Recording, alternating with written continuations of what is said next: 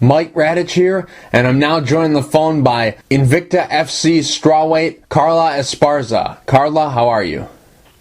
I'm doing great. Carla, you got a fight coming up July 28th at Invicta 2. How's training been going for the fight? Training's been going great. I've been, doubling up my workout regimen, and it's coming along really good, and I'm feeling like I'm going to peak right in time for the fight, so I feel great. Your team, Team Oyama, who's helping you get ready for the fight?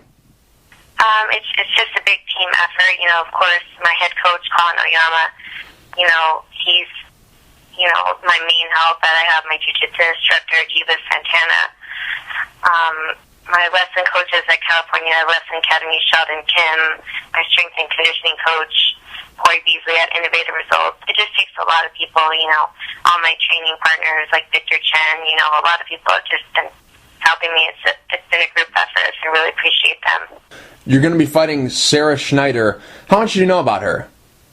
I've seen a couple of her fights. I know she's an American Jiu-Jitsu black belt, and I've done a little bit of research on her, but that's about all I know so far. A common opponent that you two have is you both fought Megumi Fujii. Have you looked at that fight, and is that the fight that you're kind of basing stuff on, just because you know what you've done against Megumi? Well, it's kind of hard to gauge off that fight because we totally approached the fight in different ways. Mm-hmm. I try to keep it standing and use my striking most of the time, and a lot of the times she ended up on her back and was using her guard. So it's kind of hard to gauge because we totally did different things in the fight. So I'm not really sure. She recently fought in Invicta 1, so I'm kind of gauging it partially off that as well because that's a pretty recent fight. Looking at her record, all of her stoppages are by submission. Is that what you're kind of anticipating her doing, is looking to take the fight immediately to the ground, or do you think that she might come out and surprise you and try to stand? What are you anticipating going into it? I usually try not to anticipate too much because I don't want to get totally shocked and surprised if that doesn't happen. But pretty much, yeah, I think she's more of a grappler than anything. So, I see her wanting to go to the ground. You fought for Bellator, you fought for XFC, you fought for some good shows.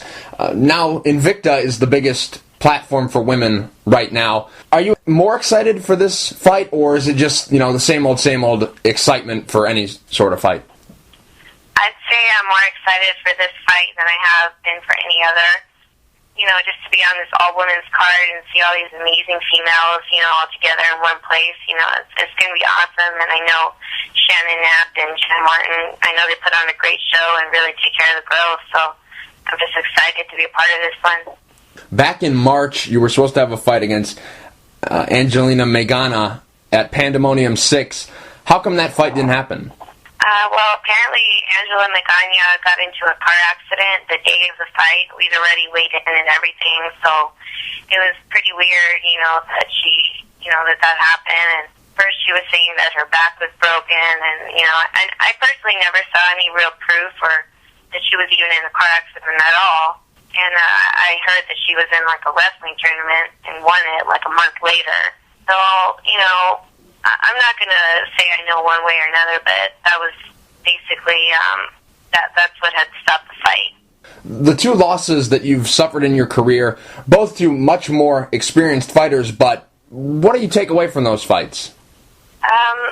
My first loss was against Megumi Fujii on 3 days' notice, and, I had 3 fights under my belt, so I hurt 20, so, right. I think it shows, and with Jessica Aguilar, it was a split decision, could have gone either way, so it just shows me that I'm at that level, and that I am the best, amongst the top in the world, and I can take that number 1 spot. It's in my sight, so, I plan on, keep moving up to do that.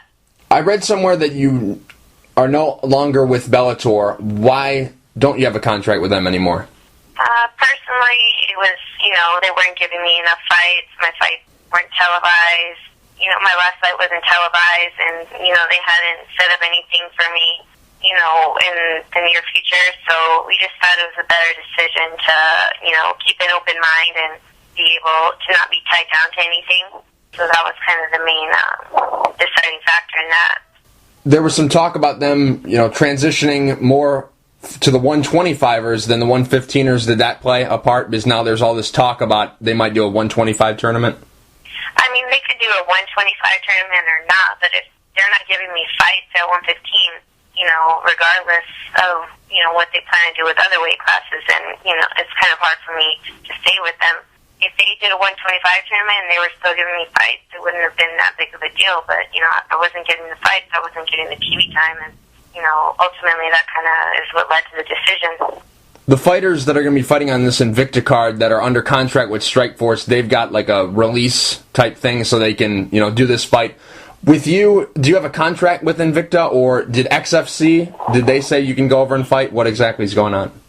I'm not contracted to anybody right now. Oh, I'm okay. kind of a free agent, so it's kind of a case-by-case basis right now. Your last fight was against Felice Herrig. You looked great start to finish. You got a win over a fighter with a good name and a lot of skill. What do you think that fight did for you? I just think the fact that it was televised and, that she is a well-known opponent, I mean, it definitely helps, and it shows the world on a larger scale what I can do. I think I was, putting on good shows. I think I had the skills for a long time. It wasn't on TV, and the fact that, it got more publicity is just great for me, because I know that I'm always going to put on a great show, and I know that, I have the skills and I have the presence, so it was just a great opportunity. Like I said, Felice Herrig's got a big name. She's a good fighter. Do you feel that was your best performance?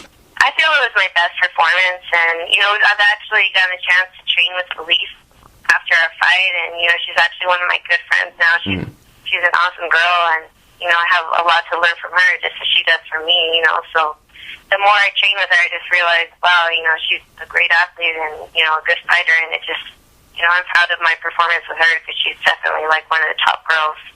July 28th at Invicta 2, how does the fight end? Hopefully, as soon as possible, and in an exciting fashion. That's all I can say. That's all I can hope for. Carla, real quick before I let you go, do you have any sponsors you would like to thank, and is there anything you'd like to say to the fans? Yeah, I'd just like to thank my management group, Sucker Punch Entertainment, and Alienware, Rollin Mall. Ball Mall's been with me for a while, and they've just been awesome. And Battleware, I just want to thank them all for supporting me in my next fight, and I think it's going to be a good one. Carla, thank you for taking the time to talk. I really appreciate it. Good luck July 28th at Invicta 2 against Sarah Schneider.